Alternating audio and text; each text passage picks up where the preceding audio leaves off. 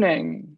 I'm Jim Grant, the chair of the Interfaith Scholar Weekend 2022, and it's my pleasure to welcome all of you to this 25th annual event.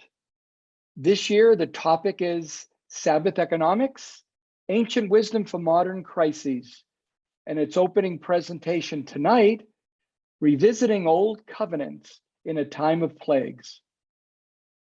We have been looking forward to this particular weekend for 2 years now, and we are so excited that so many of you are with us tonight as we begin this 4-webinar series. We could not accomplish all that we have in these 25 years and this particular year without the tremendous support and the involvement of several local universities, such as Fresno Pacific, such as Fresno City College, and especially Fresno State University. And for that reason, it is my honor and joy to now invite Dr. Andrew Fiala to speak on behalf of the Alumni Association at Fresno State and the university's Ethics Center, which he directs. Please, Dr. Fiala. Thank you, Jim, and thank you to the Interfaith Scholar Weekend Planning Committee. I know that you all worked really hard to put this together, and I'm excited it's coming together. It's been my pleasure to collaborate with you over the past few years on this event. Very excited to see this happen. I just want to say a couple of quick thanks. One to the Alumni Association, who helped us set up the Zoom and the registration process. Karine Wong in the Alumni Association has done a lot of great work with the technical stuff. And then also want to say thank you to my student assistant, Ebony Gonzalez Burgos, who's here in the background helping to run the whole thing. So again, these folks, unheralded, and they're doing a great job here. Let me just say really quickly as we start, we're going to encourage the participants to use the Q&A function in the chat. We have a colleague working with us, Darren Dirksen, who is going to help monitor the chat and Q&A functions. So that's going to be very helpful. And then just to say, in the spirit of what the Ethics Center is about, is we're trying to encourage civil discourse and civility and critical thinking. And this, we're going to talk about some things we disagree about this weekend, which is fine. It's okay to disagree, as long as we do so civilly and with the spirit of open-mindedness and trying to learn and trying to listen. So that being said, I'll get out of the way and just say thanks again, Jim Grant and the Interfaith Scholar Committee, and thanks again to our speakers. Welcome. Thank you so much, Dr. Fiala. Now I'd like to call on my friend, Reverend Ana Maria Lopez, an ordained minister through the Emerson Institute and a founding member of New Thought Community Church in Fresno.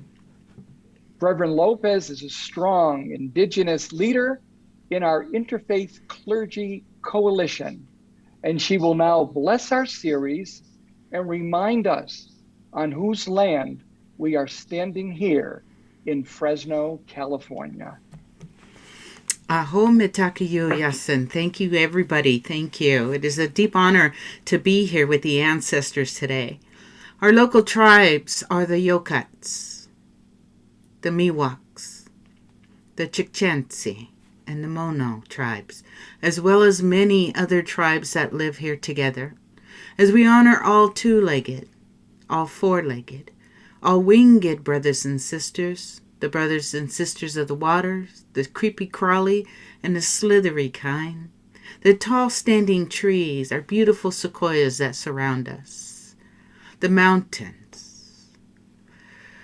We bring this blessing in remembering that we are part of this beautiful expression from Pachamama Gaia, Earth Mother, giving us this great benevolent space to be the full expression of our own spark. We thank the people that were here before us, from 7 generations back to 7 generations forward. And we honor this today. We give great thanks to each other. Aho mitakiyu oyasin. Blessings to you and all your relations. Aho. Thank you, everybody. Thank you, Reverend Lopez. Each time that we do a land acknowledgement, it is so important to remember not only the land, but the people, and also all of creation, which you named so beautifully. Thank you so much, Reverend Lopez. It is now my distinct honor and privilege and joy to finally introduce our Interfaith scholars who have been planning with us this weekend for, believe it or not, 2 years. As you may remember, we are in a pandemic, but it was actually worse last year. And we had to postpone what would have been last year's in-person event with Ched Myers and Dr. Elaine Ends. But we kept contact with them. We want to thank Melinda Pateri, who made the connection and kept it strong all last year. And then this year, the committee cemented the connection with our scholars, whom I will now introduce individually and as a team. Dr. Elaine Ends has worked across restorative justice field since 1989 in such things as facilitating victim-offender dialogue in the criminal justice system, to addressing historical violations and intergenerational trauma. She trains and teaches throughout North America and has co-authored 2 books and published over a dozen articles. Ched Myers is an active theologian and a New Testament expositor working with peace and justice issues. He's a popular educator, animating scripture and literacy in historic and current social change. Mr. Myers has published over 100 articles and 8 books. But together, the synergy is even compounded. As ecumenical Mennonites, Elaine and Ched co-direct the Bartimaeus Cooperative Ministries based in the Ventura River watershed of Southern California in traditional Chumash territory.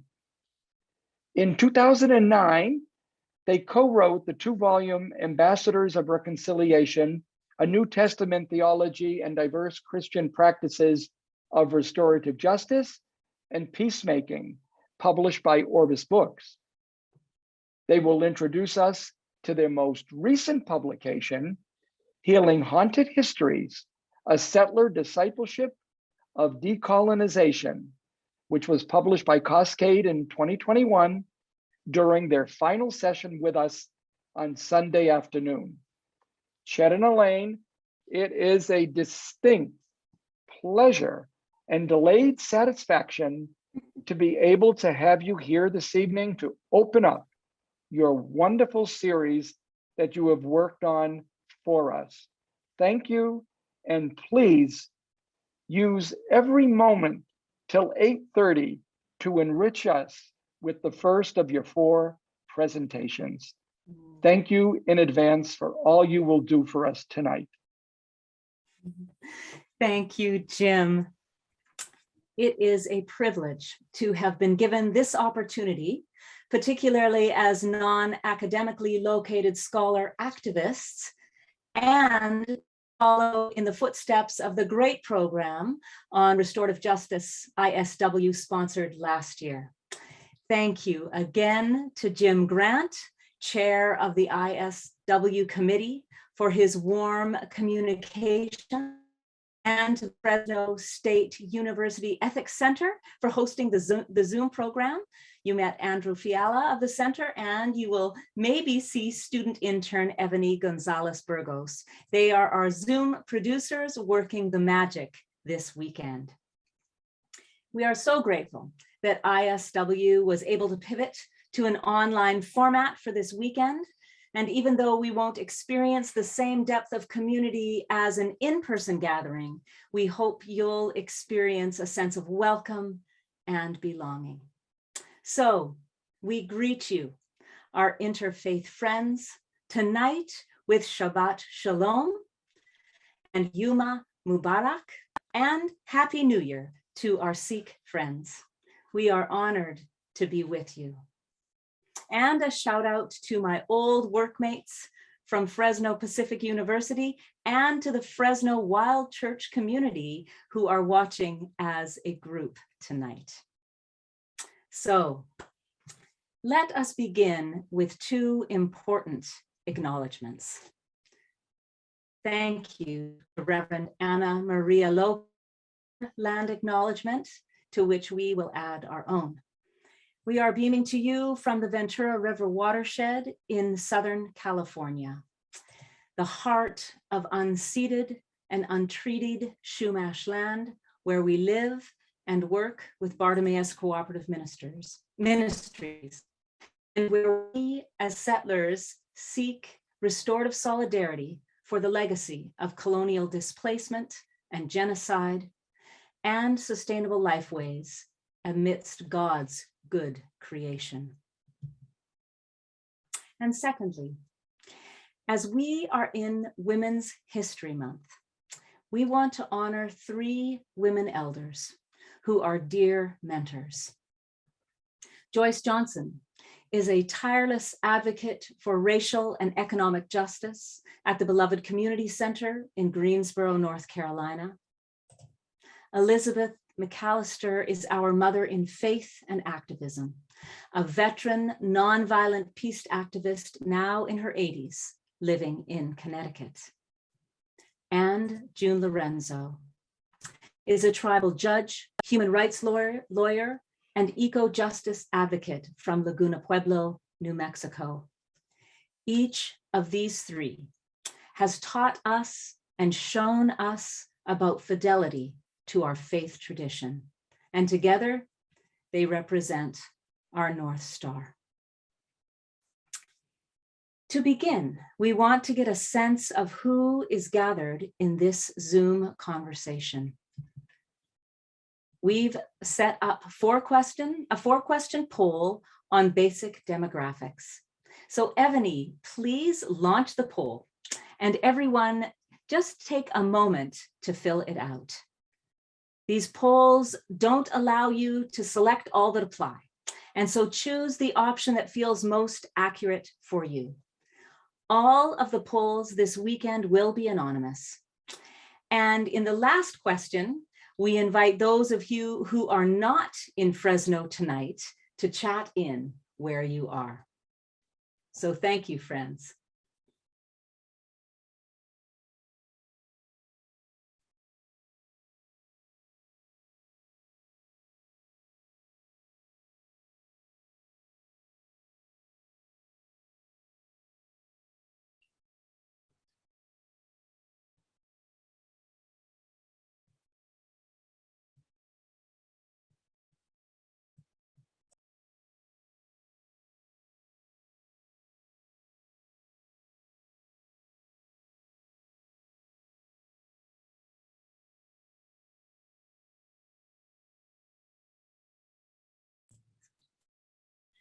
Ebony, can you show us the percentage of who has completed, how many folks have completed? Yes, as of right now, it's going to be 84%. Ooh. So we have a good amount. Yeah, friends, we'll give you like a minute more to let you fill in.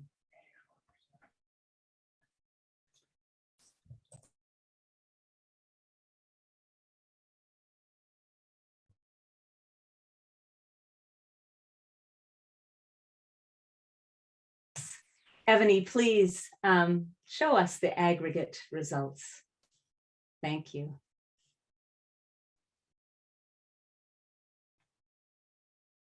Oh, wonderful.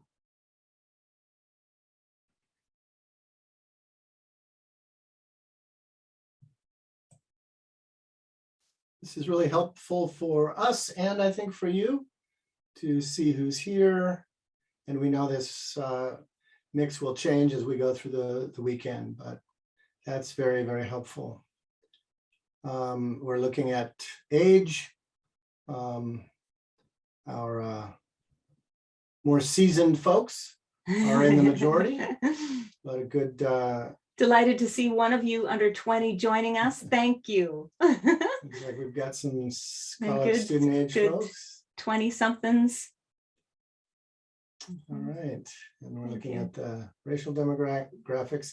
These, of course, are using the traditional definitions of the census, which aren't necessarily that useful. And this is interesting to us. How long have you been in the Fresno area? That's a pretty interesting even mix. We've got about almost half who have been there less than 20 years, and about half have been there more. So that's very cool. Thank you so much, and I hope you enjoy. We're going to experiment with these polls as we go. Yes, and we should say a big thank you again to Andrew and Ebony, because we are really trying to use these and are grateful for your help in them. Thank you, Ebony. We can go ahead and take the aggregate down. More than 2.5 years ago, we were approached, as Jim mentioned, by to speak on the topic of Sabbath economics. The pandemic meant that it has taken this long to realize this conversation, and here we are, still online, though wisely we believe. We are delighted to work with you on this theme this weekend, as it's been at the center of our work for almost a quarter century now. We've developed a Sabbath economics pedagogy through books and videos, trainings and retreats, and individual, group, and institutional practices, and seeing these ideas spread around the world and among communities of faith just like yours. One of the fun highlights of this work was in summer 2000, when Ched spoke to 50,000 people gathered at a Jubilee debt release demonstration in Trafalgar Square in London. And here's another fun fact. Ched was just starting to write about Sabbath economics when he and I first met at a conference at Fresno Pacific University. And just last week, we celebrated the 25th anniversary of our meeting in Fresno. So we, thank you. We feel warm, a very warm and grateful connection with you all. In these lectures, we will be drawing on our Christian scriptures, the Hebrew Bible and Second Testament. For those of you who adhere to different religious traditions, we invite you to think of similar or analogous texts or stories that resonate with the themes we are unpacking. Our philosophy is that interfaith conversation is not about seeking a shallow, lowest common denominator. Rather, as our mentor, Jesuit activist poet Daniel Berrigan put it in a book co-authored with the great Buddhist Thich Nhat Hanh, if we each go deep in the soil of our tradition, our roots will touch those of others who are going deep in theirs. Here's an overview of how we want to converse about Sabbath economics over the next couple of days. Tonight, we'll briefly summarize our historical moment of social and ecological crisis, then commence the first of several studies in Jewish and Christian scriptures to get some perspective. We'll begin by meeting a mysterious ancient prophet who exhumed a buried covenant to animate justice, and then reconsider the old Exodus story about plagues, liberation, and a covenant for sustainability. Saturday, tomorrow morning, we'll dive into some social analysis, looking at the problem of a dominant economic story that perpetuates social disparities and encourages the plundering of Earth's commonwealth. And we'll learn from 4 sociologists who over the last century have called us to pay attention to the conflicts between capital and community. We'll then turn back to the scripture to remember the great tradition of Shemitah, collective disciplines of release in the Hebrew Bible, and how that is embraced by the life and teaching of Rabbi Jesus of Nazareth. Saturday afternoon, we'll move toward practical engagements with the vision of Sabbath economics, looking at key characteristics of our public addictions and how they generate personal and political anxiety and alienation in our society. Then we'll consider disciplines of individual and communal recovery using a household covenant model we've worked with for the last 15 years. Practices from a variety of faith traditions will guide our discussion. And finally, on Saturday afternoon, we'll talk about how to address historical inequities and haunted histories through decolonization work. We'll consider the heresy of redistributive justice through the lens of the infamous story of Zacchaeus in Luke's Gospel, and discuss how to promote and sustain Sabbath economics covenant work in our communities of faith. This session will draw on our new book, which we're excited to share with you. And at the end of each session, we will open up for discussion. So please type your questions and comments into the chat at any time. And thanks to Professor Darren Dirksen from FPU, who is monitoring the chat this evening. We hope you'll stick with us as we develop this theme throughout this weekend, both philosophically and practically. The great tree of Sabbath economics has many branches and many names, like a canopy of hope in a world of crisis. But the roots of this tree run very deep, and that is the best place to start. To examine those roots, we want to begin with an old Bible story about an old Bible story. In 2 Kings and in a longer version in 2 Chronicles, we read about King Josiah of Judah, who is told that a scroll of the law has been discovered in the temple during some renovations.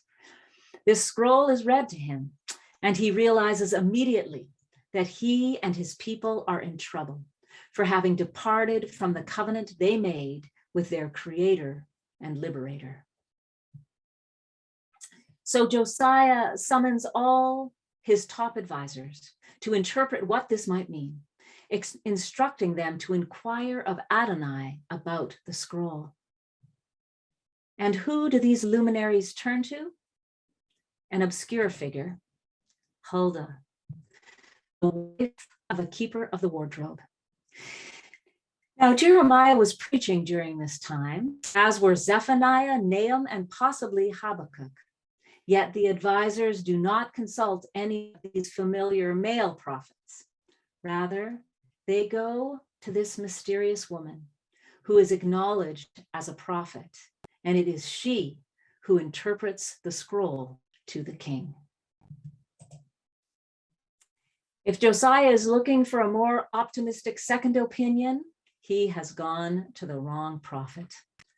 Huldah verifies the authenticity of the scroll, interprets it, and offers a word of her own to the king, confirming its hard word of judgment upon the community's apostasy. Huldah does, however, that Josiah is trying to change things, though the disaster will eventually come. Her message must have lit a fire under Josiah, because scholars believe this old story refers to the appearance of the book of Deuteronomy, the book of remembering, that launched a major reform, a watershed in the history of Israel. The rabbis later believed Huldah to be a direct descendant of Rahab, another marginalized but powerful mediator of God's vision. Her story helps us celebrate International Women's Month. So let's take a moment and think of past and present prophetic voices of women of faith. such as those woven in the heart of the American story, including abolitionist Sojourner Truth, labor organizer Mother Jones, Catholic worker founder Dorothy Day, and those still laboring today, such as Schatzi Weisberger, the People's Booby, who at 90 continues as an advocate for justice and a proud Jewish Voices for Peace member. Or activist civil rights lawyer and award-winning filmmaker Valerie Cower, raised in the Sikh community right there in Clovis, California, where her family settled as farmers more than a century ago.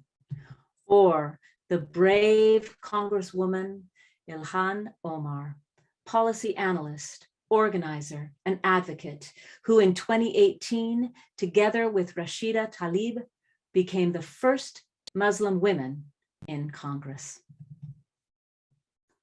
Or the amazing founders of the Black Lives Matter movement, which has been so instrumental in changing the conversation about race in America. Alicia Garza, Patrice Cullors, and Opal Tomati. Or international voices for justice, such as Guatemalan poet and human rights activist Julia Esquivel, or Mohini Giri, co-founder of Women's Initiative for Peace in South Asia, or Vandana Shiva, Indian scholar, environmental activist, food sovereignty advocate, and eco-feminist, or human rights activist politician, 1991 Nobel Peace Prize laureate and devout Buddhist Aung San Suu Kyi of Burma, Myanmar, or youth climate activist Jana Jandal Arifai, a 17-year-old Syrian Canadian and coordinator for Climate Strike Canada, or any of the thousands of others who we might name. And we invite you to type those names into the chat now.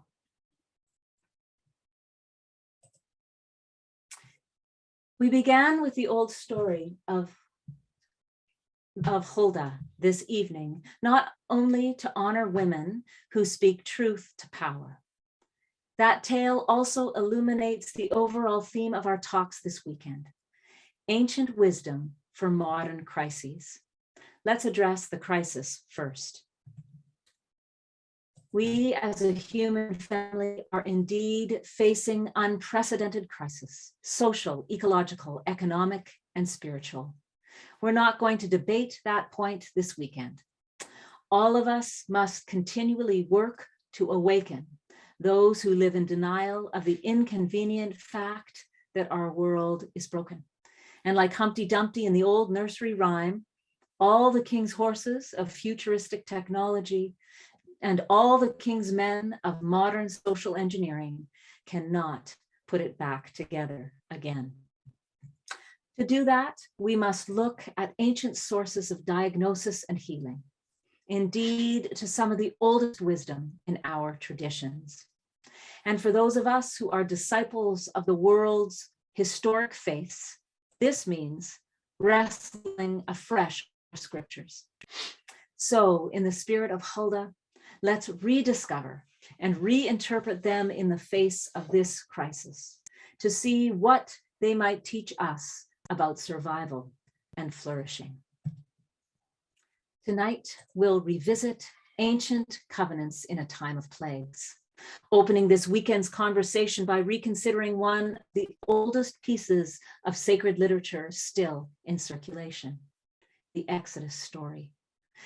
But before we do, let's establish a concise sketch of our contemporary crisis, because this is the context in which we read these old texts.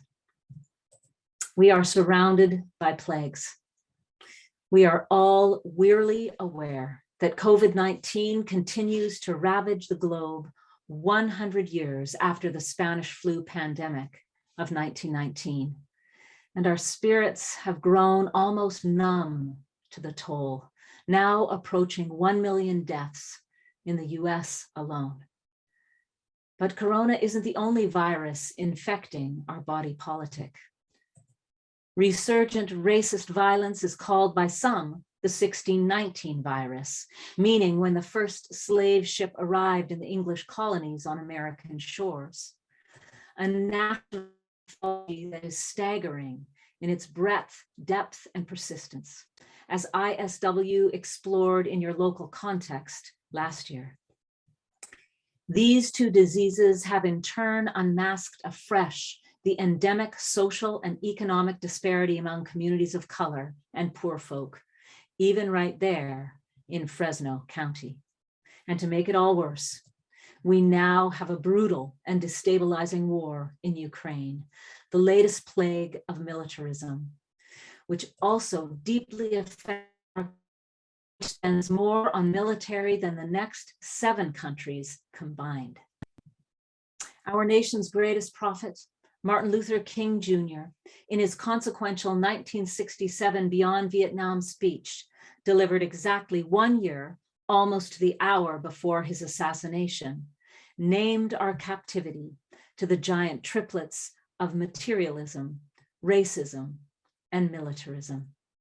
He drew together strands learned from more than a decade of hard struggle against American apartheid, structural poverty, and endemic violence, and insisted that it was all connected. But most terrifying is the one pathology King could not have foreseen: the historical ultimatum of climate catastrophe and its multiple interlocking ecological and social crises. The unfolding impacts of climate change that are pushing our history to a dead end can be summarized in a single image, that of a hockey stick. Today, scientists use this hockey stick curve to describe our accelerating extraction, consumption, and destruction of Earth's resources, places, and peoples. This slide plots that hockey stick curve across some 24 different indices, including human population levels, CO2 concentration in the atmosphere, exploitation of fisheries, destruction of tropical forests, paper consumption, number of motor vehicles, water use, the rate of species extinction, and of course, rising global temperatures. We just endured yet another year of the warmest temperatures on record, of superstorms, of streams of climate refugees, and of the relentless litany of atrophy, like soil depletion, ocean acidification, and sea level rise.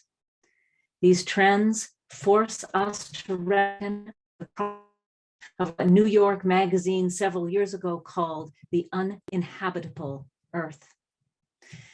Our religious communities must equip our people to face and change the blasphemous behavior driving these trends. We agree with activist scholars like Rabbi Art Waskow of the Shalom Center in Philadelphia, pictured here, that our ancient sacred stories can illuminate our time of plagues and their meaning. To people of Abrahamic imagination, our modern crises rhyme with the Exodus, a saga of systemic oppression, ecological rebellion, and divinely empowered liberation. Most relevant to our work this weekend, the underlying theme of Exodus narrates how the plagues of empire lead inexorably to plagues on empire, even if sometimes it's hard to tell the difference. But this old story also points to the way out of the constricted spaces. That's the meaning of the term Mitzrayim, or Egypt, the constricted spaces of our history, namely the practices and culture of Shabbat. Unfortunately, even though this venerable story is considered scripture in the West, most of us are illiterate in it, and its old wisdom has been increasingly marginalized by our rationalist and supremacist culture. We North Americans believe in a different set of myths grounded in androcentric presumption, such as our right to control nature, to order society under the rule of elites, and to extract and consume without constraint. But it's not going well.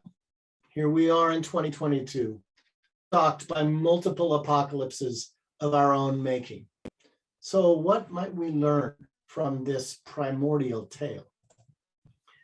The book of Exodus is one of the oldest examples of resistance literature still around, and it's repeatedly fired the conscience of social movements for some 3,000 years now. Its magical tales and archetypal symbolism still resonate if we take the time to listen. Here we'll just draw out of Exodus 1 to 11, hoping that most of you have at least a general grasp of the infamous plagues narrative. The notion of nature rebelling against human hubris can also be found elsewhere in biblical texts and indeed in other religious traditions. It's an archetypal warning trope. The Exodus tale unfolds almost as a political cartoon, full of negotiation tactics, reversals, parody, and dark humor. At the same time, it expresses a certain bitter realism that makes these scenarios of disparate power all too recognizable to oppressed people throughout history. Egypt's Pharaoh was the paragon of ancient empire, and yet tellingly, nowhere in Exodus does he actually have a name, suggesting that this narrative could reflect any pharaoh, as if domination is generic. On the other hand, the Hebrew heroes have both names and colorful characters. There's a triangle, or should we say pyramid, of contested relations in this story. The repeated refrains of the 10 plagues make clear that the slave community is the protagonist. Their agent Moses keeps insisting, "Free our people." Pharaoh and his managers and magicians are their antagonists, with the cynical ruler continually hardening his heart and reneging on agreements. But the third character in the story is nature herself, represented in the plagues. This is a story about nature versus empire, about creator taking sides with slaves and deploying creation to counterbalance what are otherwise vastly unequal power relations in this struggle for liberation. We call this set down in the first few chapters of Exodus, Israel's forced labor in Egypt, which consisted of building store cities into which the empire's plunder and the tribute of subject peoples was gathered. This systemic oppression is the quintessential plague of empire. Here, the whole conflict stems from protracted intergenerational socioeconomic and racial disparities. Let our own society. The drama begins in chapter 5, where Moses makes his first demand for freedom. This unreasonable request is met with an increase in repression by Pharaoh, exactly the script that oppressed people have faced from rulers down through the ages. Two phrases in the story capture both its hopefulness and its despair. The liberation movement is animated in chapter 6 by attentiveness to the bitter realities of domination. God hears the groan, the visceral moaning of a people under siege, and sets about honoring ancient promises for liberation. But verse 9 poignantly reveals that the people can't hear this call to mobilize because they're just too beat down, their spirits broken by cruelty. That's real, still today.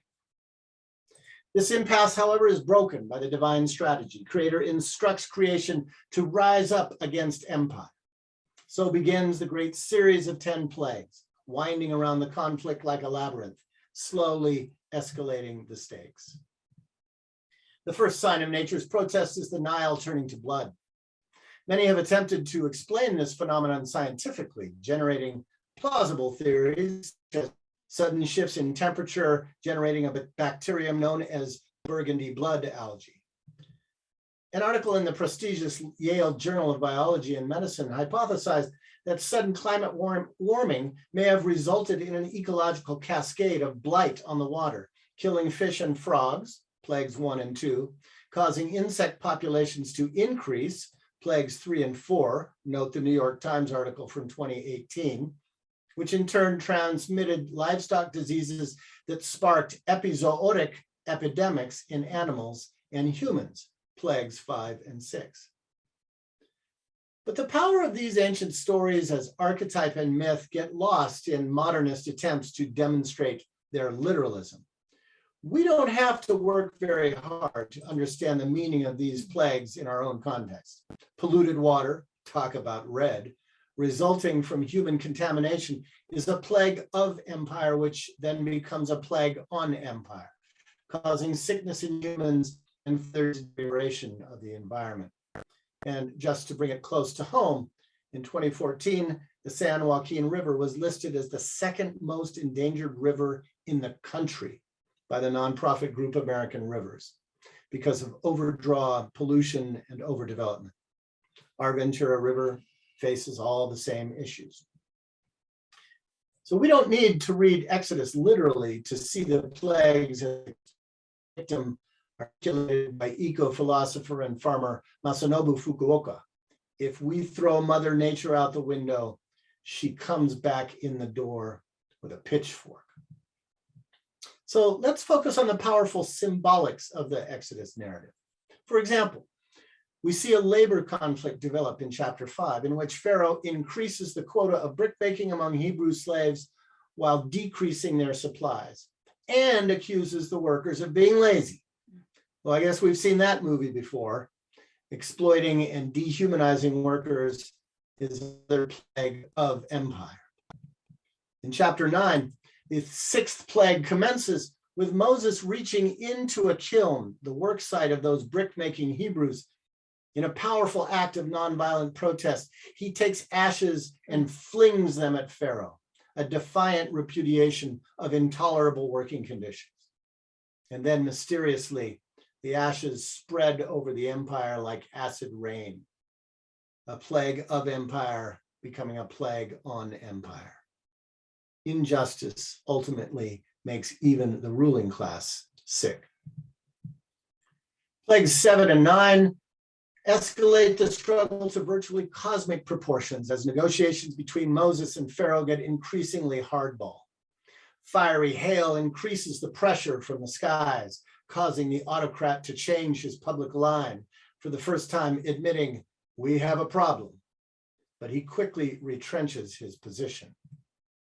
Locusts, that traditional pestilence gone amok, then ratchet up pressure from below, from the land, nature coming back with a pitchfork. Pharaoh's getting squeezed, but still refuses to yield, a stance so typical of autocrats then and now. Now, darkness falls, a cosmic spectacle that will also mark the execution of the prophet Jesus under a different empire a millennium later, as narrated in the Christian Gospels. In Exodus, this penultimate plague is a foreboding harbinger of the finale to come. The rhetoric here is so evocative. We are told people could not see one another, and for 3 days they could not move from where they were. These symbolics of the collective blindness of denial and paralysis are so fitting to our society in the face of climate catastrophe. And then comes the final plague, the death of the empire's firstborn, after which the ancient liturgy of Passover is patterned. The stark lesson: the powerful only respond when their own children are threatened, and sometimes not even then. A particularly moving moment in this famous drama is 1242, the institution of the watch night vigil, which has been so important to African American Christians in the US for more than 150 years. Still today, on New Year's Eve, many Black churches hold watch night meetings to commemorate December 31st, 1862, the night before the Emancipation Proclamation to end slavery took effect. This is just one of many ways in which the Black community in America has preserved more faithful story, certainly than white Christians. We who would rather spiritualize it. And why do we do that?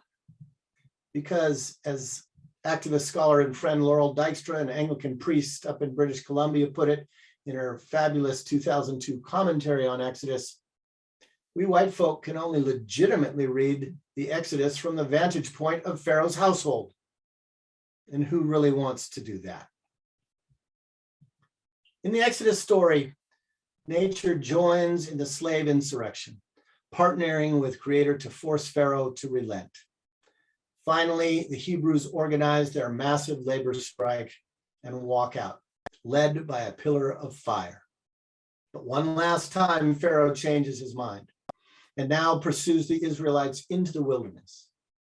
As you know, the sea opens up to escort the escaped slaves to freedom, but closes up around the Egyptian militia. Fire and water, primal elements of nature, and archetypal to boot. As noted, it was our African-American siblings in faith who knew this story in their bones, as depicted in an 1862 painting by abolitionist artist Thomas Moran, entitled Slave Hunt in the Great Dismal Swamp. They sang coded songs of resistance, re-narrating their own struggle for freedom through the lens of the Exodus, such as Harriet Tubman's famous advice to wade in the water to escape the slave catcher's dogs. Sojourner Truth's advice, oh, Mary, don't you weep, don't you moan, Pharaoh's army got drowned. Now, friends, let's not miss this. The genius of the Black church has been to root their resistance and resilience in the deep soil of liberation narratives of the deep past, through which they understood an apocalyptic present, which is precisely what we're advocating for in our own fraught moment now. Exodus is a difficult story. It's not a fairy tale or a superhero comic. The plagues had many victims, human and non-human, something with which later Jewish midrash often wrestled. Let's not use simplistic literalism to characterize God as the director of the whole drama, ordering the Exodus, conjuring the plagues, and hardening Pharaoh's heart. Of course, the cosmology of Jewish monotheism must impute ultimate agency to God. But the clear implication of the story is that empire has brought all of this on itself. The revolt of nature is generated by the groan of oppression, is extended only because of the duplicity of Pharaoh's administration, and culminates in the liberation of slaves despite the determined efforts of the empire to keep them locked down. In the end, nature comes back with a pitchfork, and empire is doomed by its own plagues. We don't have to be theologically committed to the notion of divine judgment either to see how these stories articulate mythically ancient historical realities. Jared Diamond has shown how in Mesopotamia, it was overexploitation of resources that led to ecological collapse of history's first agricultural empires. This is also the conclusion of well-known scientist James Lovelock concerning our modern biospheric crisis. We are witnessing, he wrote a decade ago, the revenge of Gaia. The resonance between the ancient stories of scripture and modern science is stunning and sobering all at once. Nature did and still does rebel against human presumption to rule over it, sometimes slowly, sometimes dramatically, but always inevitably.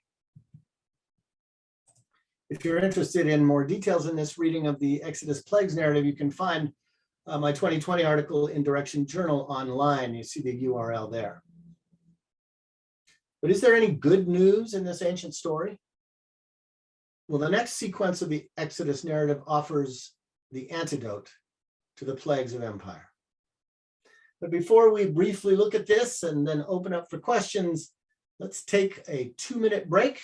We invite you to stretch and breathe for a moment, do a little chair yoga, whatever you need.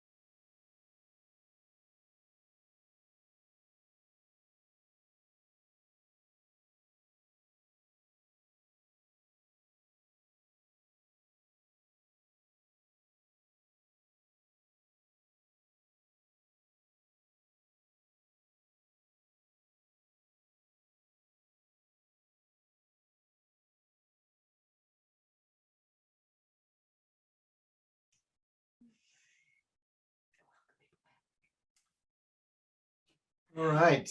Hope you had a chance to knock a few kinks out. We know this is a long time to sit or stand. We appreciate your time and attention. The first lesson for liberated Israel outside the culture of constriction is articulated in Exodus 16. And it represents, we believe, the most important catechism for our own time.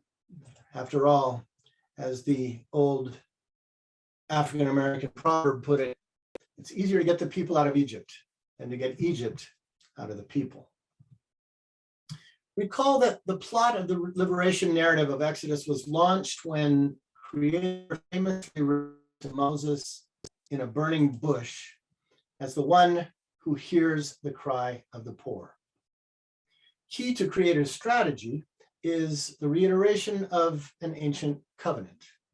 The Hebrews, as have indigenous peoples throughout history, understood covenant to be threefold: an agreement between three parties: Creator, people, and land.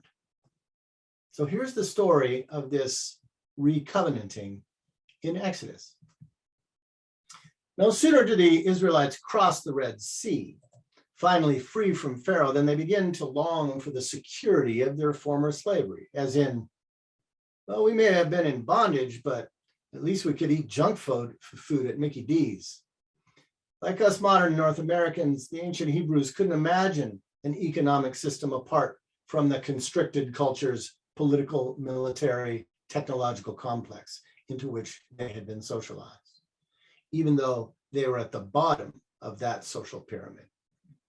So they complain to Moses and accuse him of plotting their demise in the wilderness. It's not hard to see ourselves in such archetypal moments.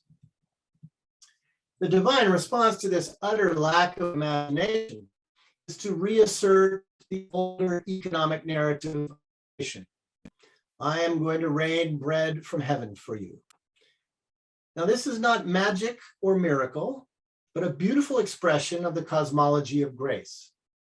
God provides for human needs through nature. We see this cosmology expressed, for example, in Isaiah 55, verse 10, which describes how the rain, the soil, and the seed are all gifts from the Creator, from which we humans conjure our daily bread.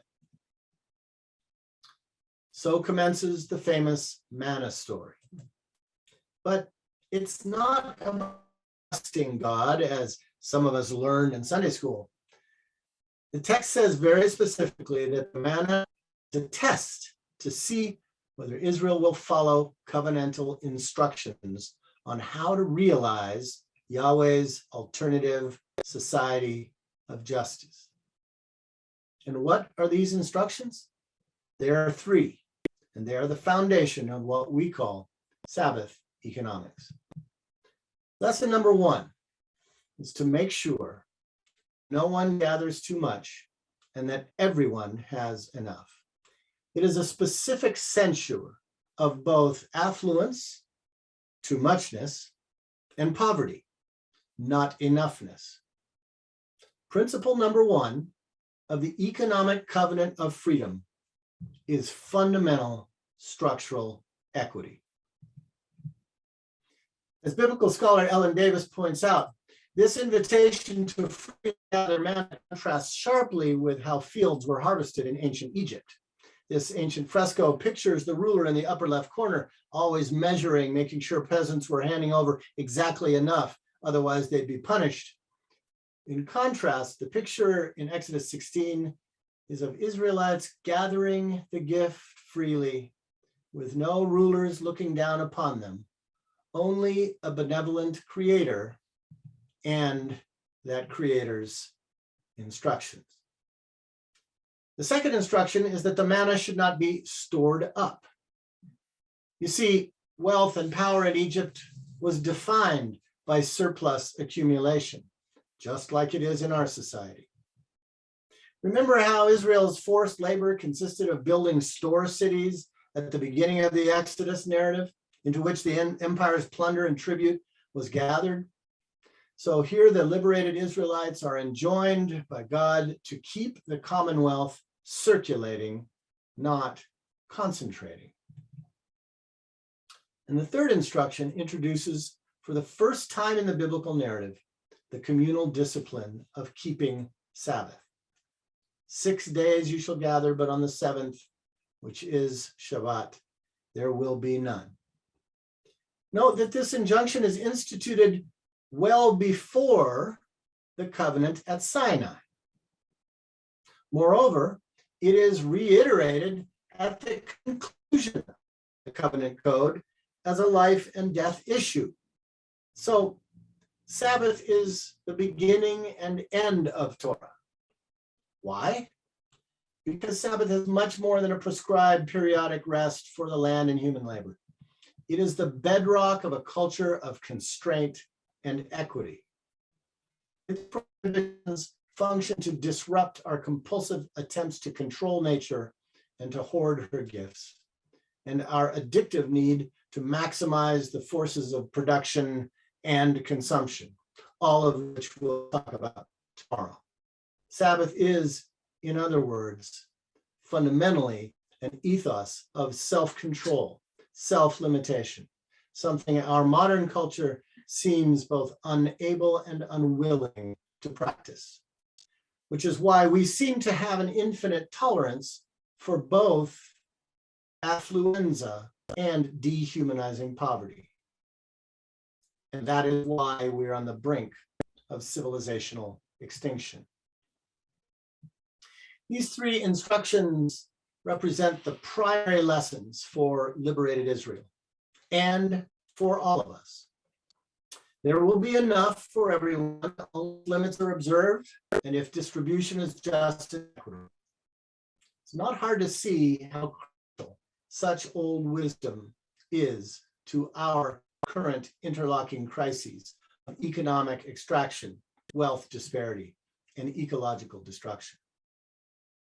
However, it's also true that we modern folk, like Israel of old, just don't have ears to hear this ancient story. In fact, we fight its logic with all our sophisticated might. Because in fact, these principles contradict every fundamental tenet of capitalism, in which we're socialized to take as much as we can, accumulate as much as we can, and respect no limits to our work or extraction or resources or consumption. And that's why Sabbath economics is rarely talked about in our religious communities. The old story actually anticipates our resistance with a bit of humor. The word "man" is a strange term that means, what the heck is this stuff?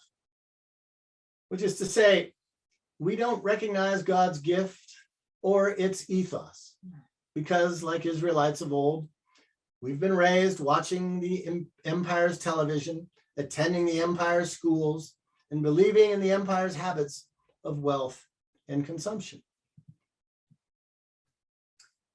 Yet we have an object close at hand here in California, acorns. And if we were together in person, this is the point at which we would throw a handful of acorns out on your heads. This fruit falls from the sky like manna, from the branches of local oak groves here in our bioregion. Indeed, acorns were the staple crop from which indigenous peoples here lived for thousands of years, living by the cosmology of divine grace. But today, no one eats local acorns because over the last 250 years, we European settlers have systematically destroyed and displaced native lifeways with industrial ones that may not last for another 50 years. Our latest book tackles this legacy of colonization, and we'll talk more about that on Sunday. Every fall, we see acorns cover the ground around our place. We have processed them, a laborious task for flour, in order to be reminded of the lessons of the manna and the cosmology of gift and abundance. Whatever the mysterious manna may have actually been, it represented the central object lesson for the people of God. So much so that Moses makes one exception to storing it up. A jar of manna was to be placed in front of the altar for all generations to remember Creator's economic story. Well, it seems that somebody long ago misplaced that jar. But a covenant that has been lost or forgotten can be recovered and renewed. And the good news of Exodus 16 is that there is an alternative economic story to one that is strangling us, the earth. The vision of Sabbath economics. It is because this ancient wisdom is so important that Moses in Exodus 20 ascends Mount Sinai, and there is given further instructions from Creator on how the people can live free of empire, encapsulated in 10 commandments. They are written in stone so we won't lose them, not to amnesia, nor to ambivalence, nor to assimilation or trivialization.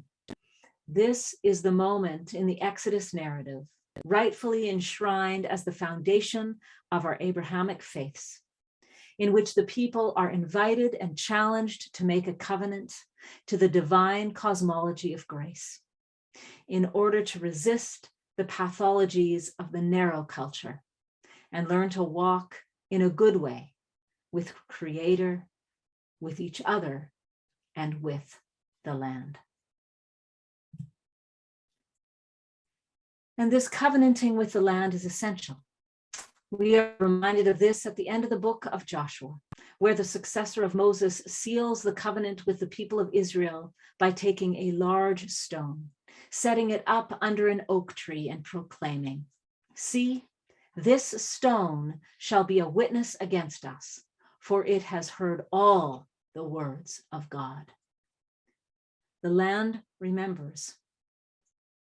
We in the Judeo-Christian West have ignored this threefold covenant, particularly in the Christian colonization of North America, as we'll talk about on Sunday. Consequently, the stones cry out against us, as Jesus of Nazareth later warned they would. It is time to recovenant.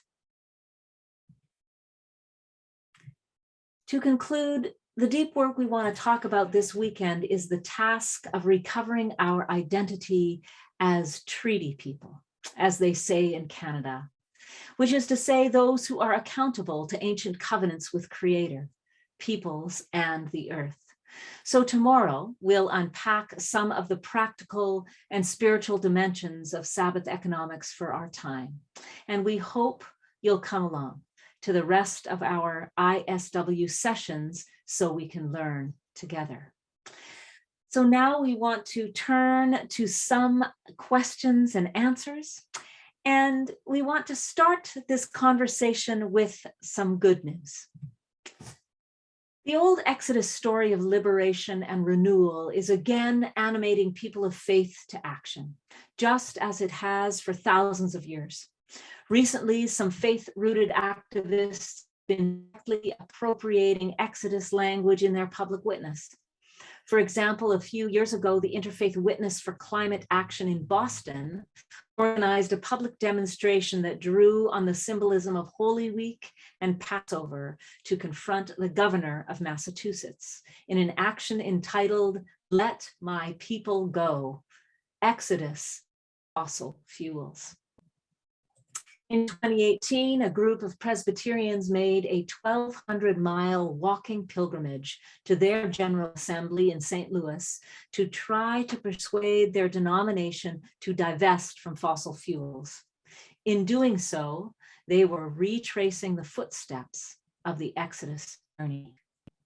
And next month, on the great Passover feast, we'll be joining Exodus Alliance activists all around the country in observing Freedom Seders and demonstrating for an end to fossil fuel dependence. This is the sort of animating public liturgy that we people of faith can bring to the struggle for survival now facing us. Now, while Darren is lining up some of your questions, and friends, keep putting those in the chat, here are a couple of queries for you to reflect on.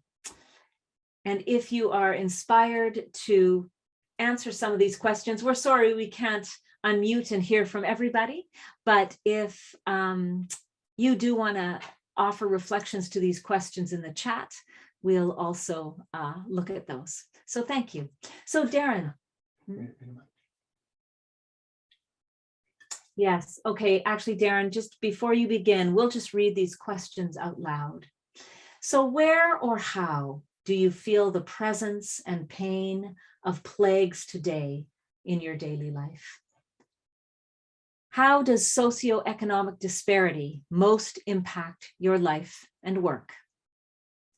And what is one personal and/or political lesson you take away from our reading of the Exodus story?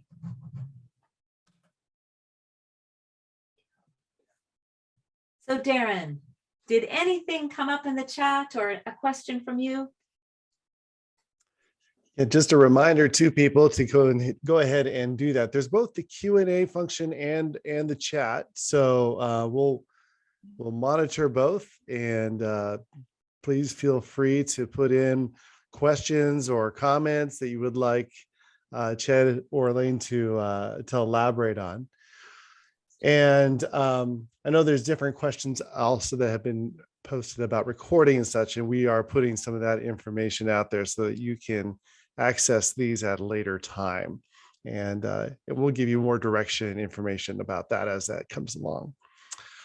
So as we wait for further questions to come along, I think one thing that I was just intrigued with, and it's not so much of a question as much as it's got my imagination moving further. Well, a number of things, both Chad and Elaine, but one I loved was your point around manna and, you know, this experience that we can all have of not recognizing something. What is this? And transforming our view of something to see God's gift or see something as a gift to us.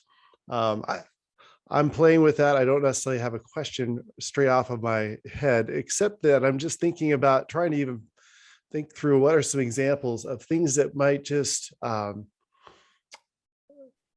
these could be gifts either from, you know, from that are all around us or from other religious traditions, perhaps, that we sometimes miss because they don't strike us as gifts. And yet when embraced, perhaps they could really function that way.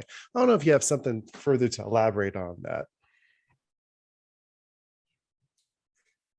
Yeah, we're, you know, all of us have experience of gift and grace in life. It's part of the human experience. What we don't usually do is understand that as an economic paradigm. And what we're looking to do here is to try to advance the idea that there is an economics of gift and grace. It is the oldest economic model on the planet, and it's firmly enshrined in these scriptures. So the question is, how do we begin to recover it? Now, we're going to get into that more specifically tomorrow, where we talk about economies of gift and how that is understood by economists and sociologists and how it plays out in our life. But what we want to avoid is turning the notion of the experience of God's gift into a kind of a private spiritual experience, and to see what are the actual economic dimensions of this. And of course, we all have all kinds of experiences of economic gift and grace. We just don't pay attention to it. We tend to take it for granted. A lot of that, of course, happens in the family. Or in the neighborhood. But the problem is we we have learned in the dominant economic story that if it doesn't have a price tag, it's not going to be as valuable. And so we shouldn't either value it or we shouldn't think of it as an economic exchange. And that's one of the constricting narrow places in our economic culture that's squeezing out what actually is the lifeblood. And that's true in an ecological sense, the way that nature is constantly providing goods and services at no cost to human societies. It's true in the social sense. I'm seeing, and I think all of us are seeing some of the comments that were really resonating with that last point, particularly Chet, on ecology and the idea of empire. The plague of the empire comes back and becomes a plague on the empire. And I've seen a number of comments here. We all have of different religious traditions, different sayings that really resonate with that, and even our own experiences here in California of very much feeling the impacts of empire coming back on us. And I think those of us here in the Central Valley, we know many, many examples. You use the example of the San Joaquin River. Of course, that's an ongoing battle. We see that played out every week in the Fresno Bee, the debates back and forth around water and how to manage that or not. So I'm just raising up and calling out that's certainly a real resonant point for a lot of us here.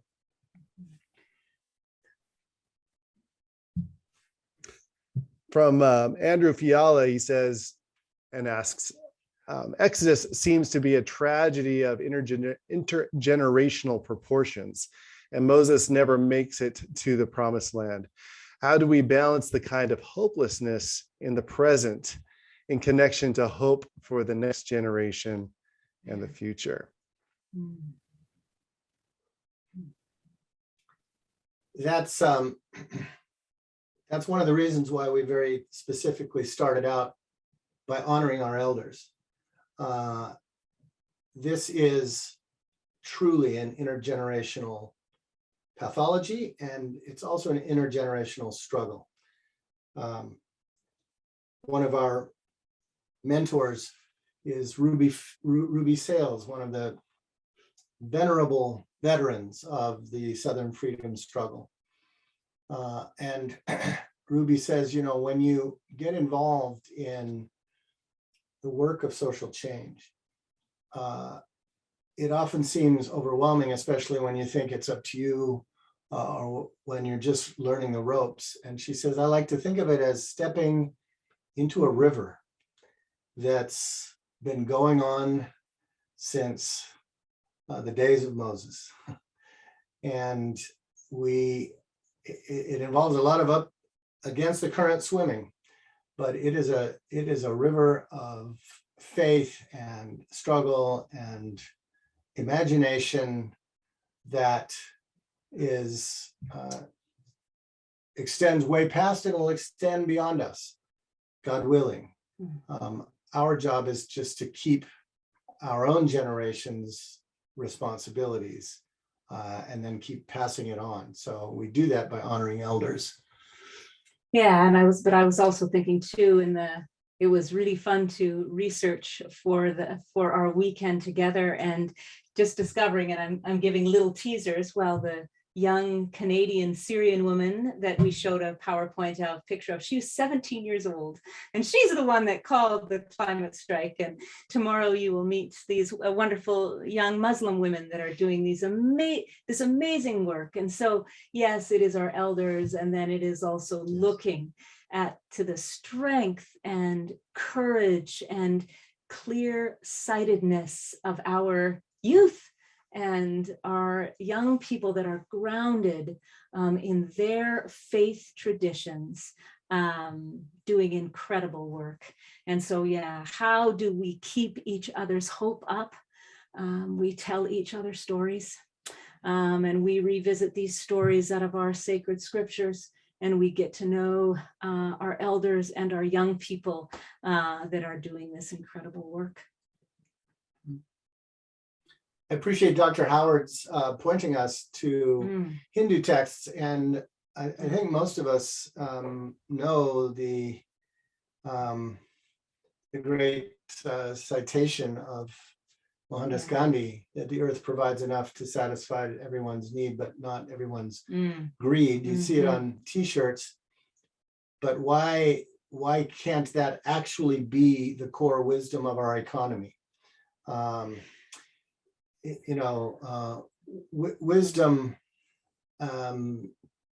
Wisdom sayings are great, but the real task of change is to translate them into policy, to translate them into systems and structures. And that's what at least Western culture has not been very good at, which is why Gandhi at another point said, when asked, what do you think of Western civilization? He famously responded, I think it would be a very good idea.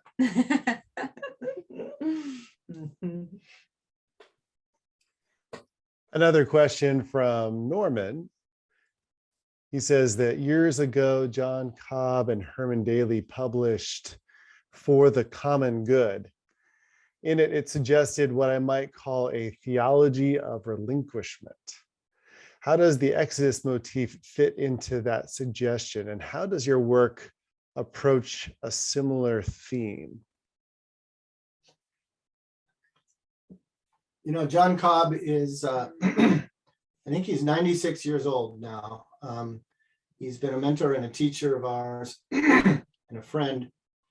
And his and Daly's book was, I think, one of the watershed studies of the 1970s that was trying to point us toward what people now are calling steady state economics. That is an economics that's not based on endless growth, but rather on equilibrium. But really, Cobb and Daly were part of the voices in the wilderness, calling for us to take the old English notion of commonwealth more seriously. And we're gonna talk about that tomorrow morning.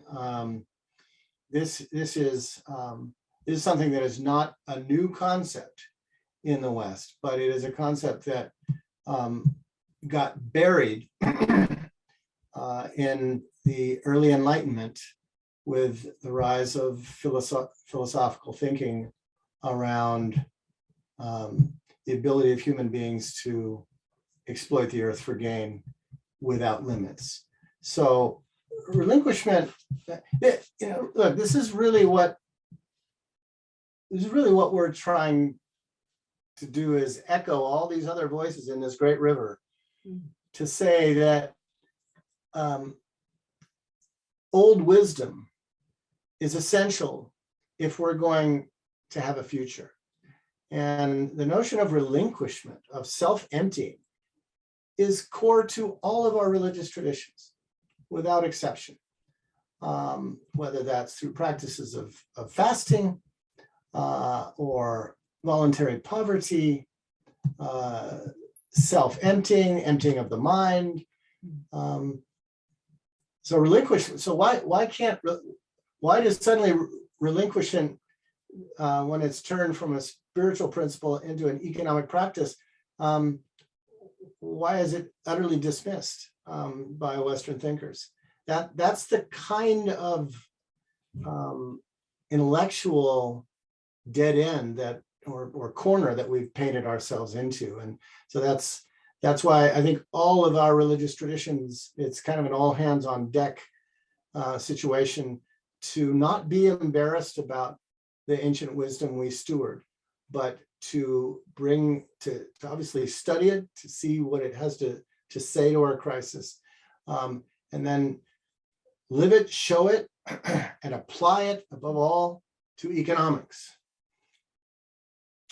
the most secular of Western disciplines. And yet what you're pointing to, and even some the wisdom from other ancient traditions would suggest these dichotomies or these silos don't really do justice. Economics is spiritual. Spiritual is these things flow together. So really appreciate some of the wisdom even from the Exodus story on that. Jim Grant asks about whether you've heard of Dr. Anthony Annette's new book, Cathonomics. I have not. And Dr. Jim's got a sorry. mic. Jim's got a mic. He can tell us about it. Okay, let me just say it's so brand new. I heard it previewed by Dr. Annette along with some other commentators. It's out of Georgetown. He's trying to look at Catholic social teaching as being an alternative to what would be everything that's basically running the world right now. This idea of that empire economics. So he's proposing obviously common good, subsidiarity, solidarity, dignity of the human person, dignity of work, respecting workers, just wage, all of the principles that are not only Catholic, but he thinks he can write a book for secular people and not just Catholics about Catholic social teaching. Thanks for that. Catholic social teaching has been a voice in the capitalist wilderness for many decades.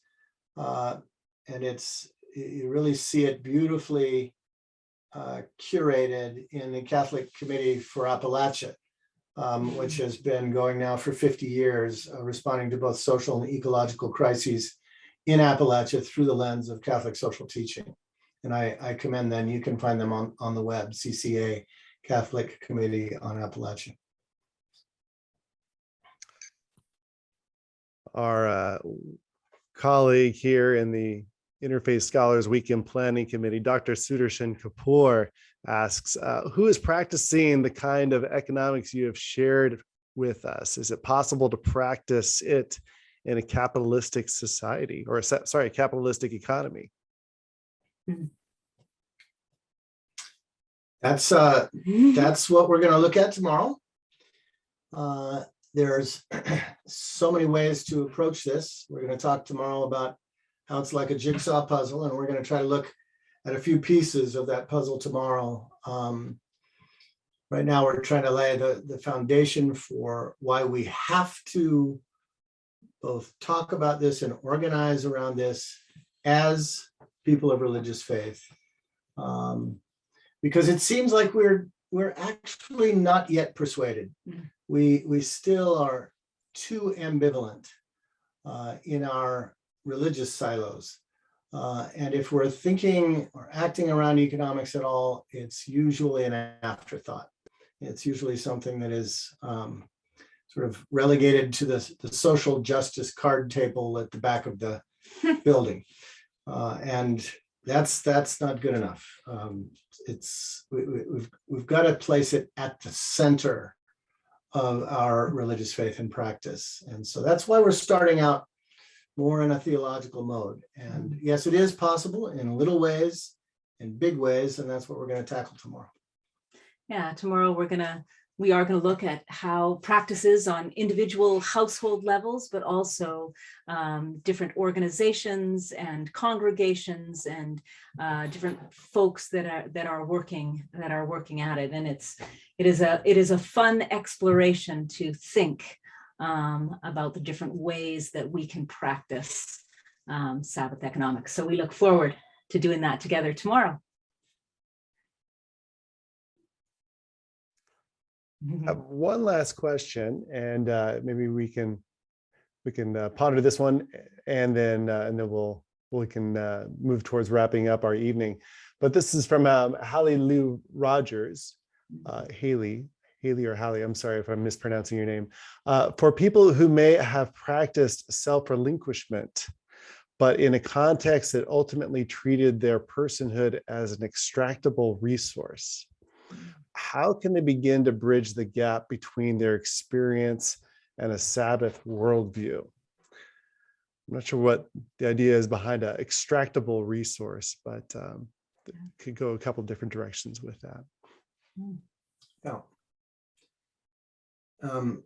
Haley, that's just a really profound question and gets at the heart of why economic context should always be informing how we talk about our practices. It's very interesting in the Christian Gospels. Local authorities complain that Jesus isn't fasting. He's not following a recognized fast day. And his answer is twofold. On one hand, he says, well, you know, hungry people don't have to fast. They're already fasting and not of their own will, right? So that's how relinquishment is an extractable resource when it's foisted on poor people. It's okay for poor folks to go without.